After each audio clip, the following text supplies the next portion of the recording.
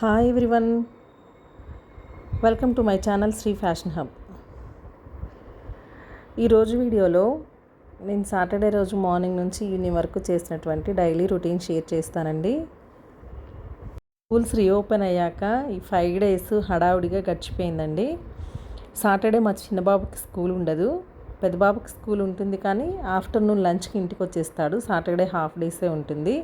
ఈరోజు పీటీఎం ఉండడం వల్ల మామూలుగా స్కూల్ అనేది లేదు, పీటీఎంకి అటెండ్ అవ్వాలి.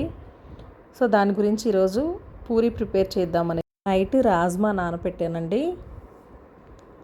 స్కూల్కి వెళ్ళేటప్పుడు వీక్ అంతా కూడా మండే టు ఫ్రైడే ఇడ్లీ పిండి దోశ పిండే యూస్ చేస్తానండి. దోశ పిండితో దోశలు ఒకరోజు, ఊతప్పం ఒకరోజు, గుంత పొంగలాలు ఒకరోజు, Monday idli, last Friday idli, ఇలా 5 days ఆ ఇడ్లీ పిండి దోశ పిండే యూస్ చేస్తాను. సాటర్డే సండే మాత్రం పిల్లలు ఏది అడిగితే అది చేసి పెడతాను. సాటర్డే మార్నింగే నైట్ నానబెట్టినటువంటి రాజ్మా వాష్ చేసి ఫస్ట్ అయితే అవి కుక్కర్లో కొంచెం సాల్ట్, కొంచెం పసుపు వేసి ఉడికిస్తున్నానండి. తర్వాత థ్రోట్ ఇన్ఫెక్షన్ ఎక్కువ వచ్చిందండి, దాని గురించి నేను పసుపు నీళ్ళు కొంచెం తాగుదాము వేడిగా అనేసి పసుపు కొమ్ముల్ని మరిగించుకుంటున్నాను. పసుపు కొమ్ములు తెచ్చుకొని వాటిని కొంచెం చిన్న చిన్న ముక్కలుగా కొట్టేసి పెట్టుకుంటానండి, ఇలా ఎప్పుడైనా తాగడం కోసం. అవి వాటర్ మరిగి ఆ రాజ్మా బాయిల్ అయ్యేలోపు చపాతీ పిండి కలిపి పెట్టుకుంటున్నాను. ఇక్కడ నేను చపాతీ పిండిలో కొంచెం సాల్ట్ వేసి మామూలు వాటర్తో కలిపి పెట్టుకున్నానండి. ఎలాంటి ఆయిల్ కానీ హాట్ వాటర్ వేసి కానీ ఏం కలపలేదు, నార్మల్గా కలిపి పక్కన పెట్టేసుకున్నాను. ఈలోపు వాటర్ కూడా మరిగిపోయాయి. వీకెండ్స్లో మాత్రం, అంటే సాటర్డే సండే, ఇలా పసుపు కొమ్ములతో వాటర్ మరిగించుకొని కానీ, లేదా జీరా వాటర్ కానీ, వామ్ వాటర్ కానీ, మెంతులు నానబెట్టి ఆ వాటర్ కానీ సాటర్డే సండే మరిగించుకొని ఒక 10 minutes అలా రిలాక్స్డ్గా మార్నింగ్ టైం కూర్చొని తాగుతానండి. ఇక మండే టు ఫ్రైడే అంటే అవ్వదు కాబట్టి జనరల్గా మామూలు హాట్ వాటరే తాగేస్తుంటాను. వీకెండ్స్లో మాత్రం ఇలా ఏదో ఒక వాటర్ అనేది కంపల్సరీ తీసుకుంటూ ఉంటాను. వాటర్ తాగేలోపు రాజ్మా కూడా బాయిల్ అయిపోయిందండి. ఇంకా కర్రీ స్టార్ట్ చేశాను. చాలా ఈజీ అండి, పెద్ద కష్టమేం కాదు. ఈ రాజ్మా కర్రీ కానీ, చోలే మసాలా కానీ, పూల్ మక్కని, ఇవన్నిటికీ కూడా సేమ్ ప్రాసెస్ ఉంటుంది. మీల్ మేకర్ కూడా మనం సేమ్ ప్రాసెస్లోనే చేయొచ్చు. కాకపోతే పూల్ మక్కని అయితే కొంచెం గీలో రోస్ట్ చేసుకుంటాము, మీల్ మేకర్ అయితే హాట్ వాటర్లో కొంచెం బాయిల్ చేసుకుంటాము. ఇంకా ప్రాసెస్ మొత్తం సేమే ఉంటుంది. మరిగాక ఒక 2 లవంగాలు, చిన్న చెక్క వేసి, కొంచెం ఆవాలు, జీలకర్ర వేసి, ఆనియన్, పచ్చిమిర్చి, కరివేపాకు వేసి, కొంచెం సాల్ట్ వేసి ఆనియన్ వేగడానికి ఇలా కొంచెం ఫ్రై చేసుకోవాలండి. కరివేపాకు కూడా యాడ్ చేసుకొని ఇవి ఫ్రై అయిన తర్వాత ఇందులో కొంచెం అల్లం వెల్లుల్లిపాయ పేస్ట్ వేసుకొని, అల్లం వెల్లుల్లిపాయ పేస్ట్ నేను అప్పటికప్పుడే దంచి వేస్తుంటానండి, బయట అల్లం వెల్లుల్లి పేస్ట్ యూస్ చేయను. మామూలుగా అయితే నేను ఇంట్లోనే అల్లం వెల్లుల్లి పేస్ట్ చేసి పెట్టుకునేదాన్ని ఒకప్పుడు, కానీ ఇప్పట్లో ఎన్వి అనేది మేము చాలా తగ్గించేసాము, తినట్లేదు. సో కాబట్టి దాంతో అవసరం అంత ఉండట్లేదు, కాబట్టి ఎప్పుడు అవసరమైతే అప్పుడు కొంచెం దంచి వేసేసుకుంటున్నాను. కొంచెం పసుపు కూడా వేసి బాగా మిక్స్ చేసుకొని ఇందులో టొమాటో ప్యూరీ వేసుకోవాలండి.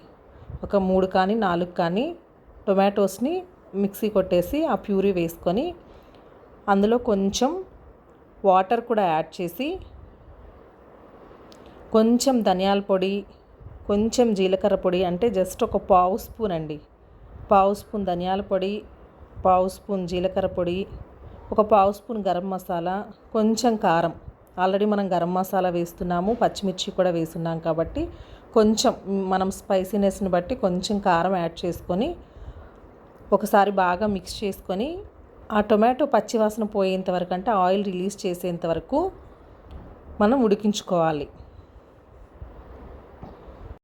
ఓన్లీ టొమాటో పేస్ట్ ఈ మసాలాలే కాకుండా అడుగంటకుండా మాడిపోకుండా ఉండడం కోసం మన కన్సిస్టెన్సీకి తగ్గట్లు కొంచెం వాటర్ యాడ్ చేసుకొని బాగా మిక్స్ చేసుకొని ఆయిల్ రిలీజ్ అయ్యేంత వరకు కూడా ఇలా మనం ఉడికించుకోవాలి. అలా మొత్తం ఆయిల్ రిలీజ్ అయిన తర్వాత మనం ముందే ఉడికించి పెట్టుకున్నటువంటి రాజ్మాని ఆ వాటర్తో సహా ఇందులో వేసుకోవాలండి. ఆ వాటరే మనకి హెల్త్కి మంచిది. సో వంపకుండా వాటర్తో సహా ఇందులో మిక్స్ చేసేసుకోవాలి. రాజ్మా ఉడికించేటప్పుడు జస్ట్ 1 or 2 విజిల్స్ వస్తే సరిపోతుందండి, లేదంటే మెత్తగా పేస్ట్ అయిపోతుంది.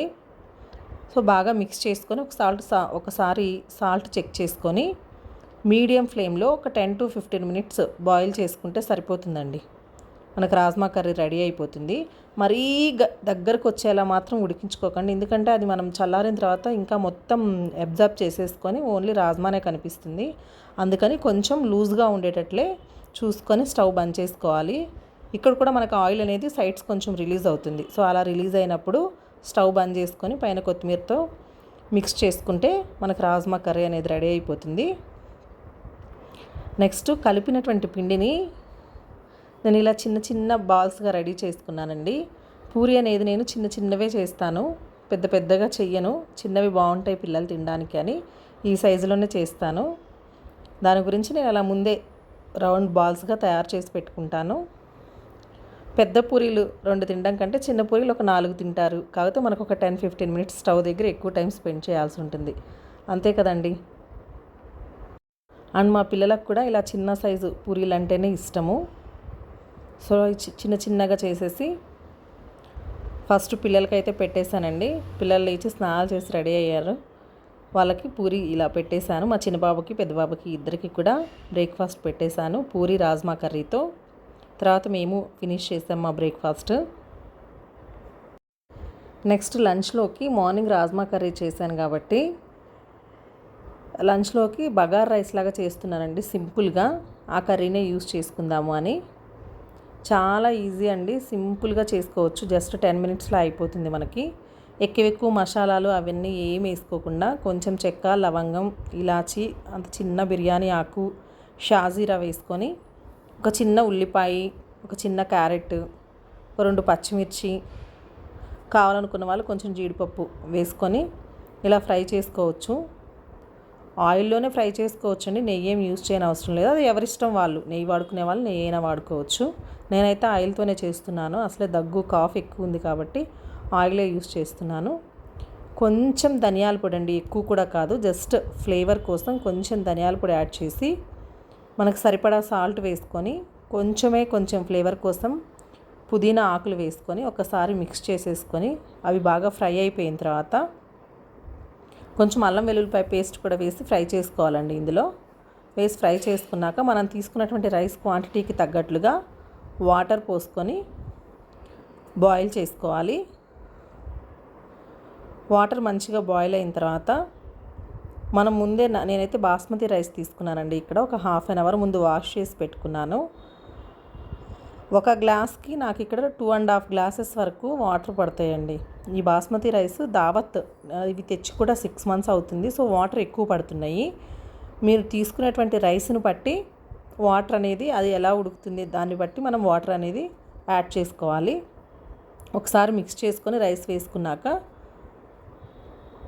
లో ఫ్లేమ్లో ఉడికించుకోవాలండి. మరీ హై ఫ్లేమ్, మీడియం ఫ్లేమ్ కాకుండా లో ఫ్లేమ్లో ఉడికించుకుంటే జస్ట్ ఒక 5 to 10 మినిట్స్లో అయిపోతుంది.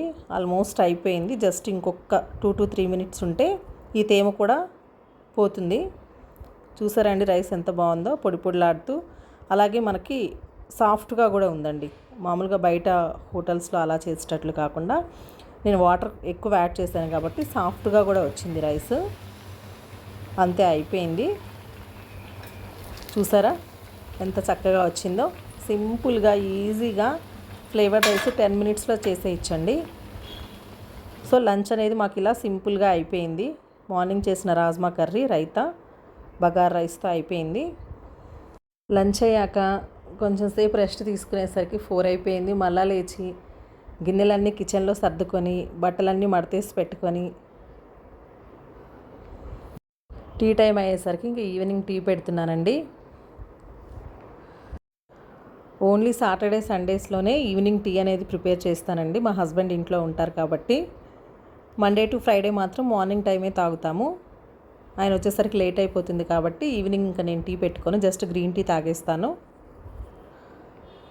నాకు టీ పెద్దగా ఇష్టం ఉండదండి. నేను కాఫీ లవర్ని. కాఫీ అంటే నాకు చాలా ఇష్టం. కానీ కాఫీ తాగితే ఇప్పుడు ఏంటో మిల్క్ ప్రోడక్ట్ వల్ల ఏమో తెలియదు కానీ ఎక్కువ కాఫ్ వస్తుంది. అందుకని ఇంకా టీ తాగుతూ ఉంటాను. టీలోకి నేను షుగర్ యూస్ చేయనండి. టీలోకి కానీ కాఫీలోకి కానీ ఎప్పుడు కూడా ఏమైనా స్వీట్ చేస్తున్నా కానీ నేను షుగర్ అస్సలు ఇంట్లో యూస్ చేయనండి. బ్రౌన్ షుగర్ యూస్ చేయను, వైట్ షుగర్ యూస్ చేయను. పటిక బెల్లాన్ని వాడతాను. ఈ టీలో కూడా ఇప్పుడు పటిక బెల్లం వేశాను. అది స్వీట్ చాలా ఎక్కువ ఉంటుందండి, అందుకని పటిక బెల్లం కూడా కొంచెం వేసుకుంటే సరిపోతుంది మనకి. లైట్గానే స్వీట్ తీసుకుంటాం కాబట్టి కొంచెమే యాడ్ చేశాను. ఇలా ఈవినింగ్ టీ పెట్టుకొని టీ తాగేసిన తర్వాత ఇంకా నైట్ డిన్నర్ గురించి ఆలోచిస్తున్నానండి. డిన్నర్ ఆఫ్టర్నూన్ ఎక్కువ తిన్నాం కాబట్టి నైట్ కొంచెం లైట్గా తిందాము అనేసి జస్ట్ ఇడ్లీ పెట్టేస్తున్నానండి. సింపుల్గా ఇడ్లీ విత్ పల్లీ చట్నీ ప్రిపేర్ చేస్తున్నాను. జనరల్గా నైట్ టైం అయితే జొన్న రొట్టె తింటూ ఉంటామండి. ఈరోజు బగారా రైస్ తిన్నాం కాబట్టి కొంచెం డైజెషన్ టైం పడుతుంది అనేసి సింపుల్గా లైట్గా తిందాము ఏదైనా అని ఇంకా ఇడ్లీ పెడుతున్నాను. దీంట్లోకి పల్లీ చట్నీ చేస్తున్నాను. పిల్లలిద్దరికి కూడా ఈవినింగ్ మిల్క్ ఇచ్చానండి, అందుకే మా పెద్దబాబుకి కూడా ఇడ్లీనే పెట్టేస్తున్నాను. చిన్నబాబుకు మాత్రం రైస్ వండేసాను. చిన్నబాబుకి ఒక్కడికే రైస్ పెడతాను. మా పెద్దబాబు కూడా మేము ఏం పెడితే అదే తింటాడండి పాపం. అది కావాలి ఇది కావాలి అని అల్లరి చేయడం అనేది ఉండదు. బయటికి వెళ్ళి తిందాము అని కూడా అడగడండి. ఇంట్లో ఏం పెడితే అదే తింటాడు. ఎప్పుడైనా ఏదైనా అప్పుడప్పుడు ఏదైనా అడిగితే అది నేను చేయలేకపోతే నాకు రాకపోతే అప్పుడు బయట నుంచి తీసుకొచ్చి ఇంట్లోనే తినేటట్లు అరేంజ్ చేస్తాం, కానీ బయటికి తీసుకెళ్ళి షాప్స్ దగ్గర ఉండి తినడం అనేది మాత్రం అలవాటు చేయమండి. చాలా రేర్, చాలా తక్కువగా అలా తీసుకెళ్తూ ఉంటాము బయట ఫుడ్ తినడానికి. ఫ్యూచర్లో మా చిన్నబాబు ఎలా ఉంటాడో తెలియదు, కానీ మా పెద్దబాబు మాత్రం ఎప్పుడూ మాకు ఎదురు చెప్పడండి. మా మాట చక్కగా వింటాడు. ఇదండి నా సాటర్డే మార్నింగ్ నుంచి ఈవినింగ్ వరకు ఉన్నటువంటి రొటీను. సాటర్డే అనే కాదండి, మామూలుగా హాలిడేస్లో నా రొటీన్ అనేది జనరల్గా ఇలానే ఉంటుంది. ఈ వీడియో కానీ మీకు నచ్చినట్లయితే నా ఛానల్ని సబ్స్క్రైబ్ చేసుకోండి, లైక్ చేయండి, షేర్ చేయండి అండ్ కమెంట్ చేయండి. మరో మంచి వీడియోతో మళ్ళీ కలుద్దాం. బాయ్. Thanks for watching.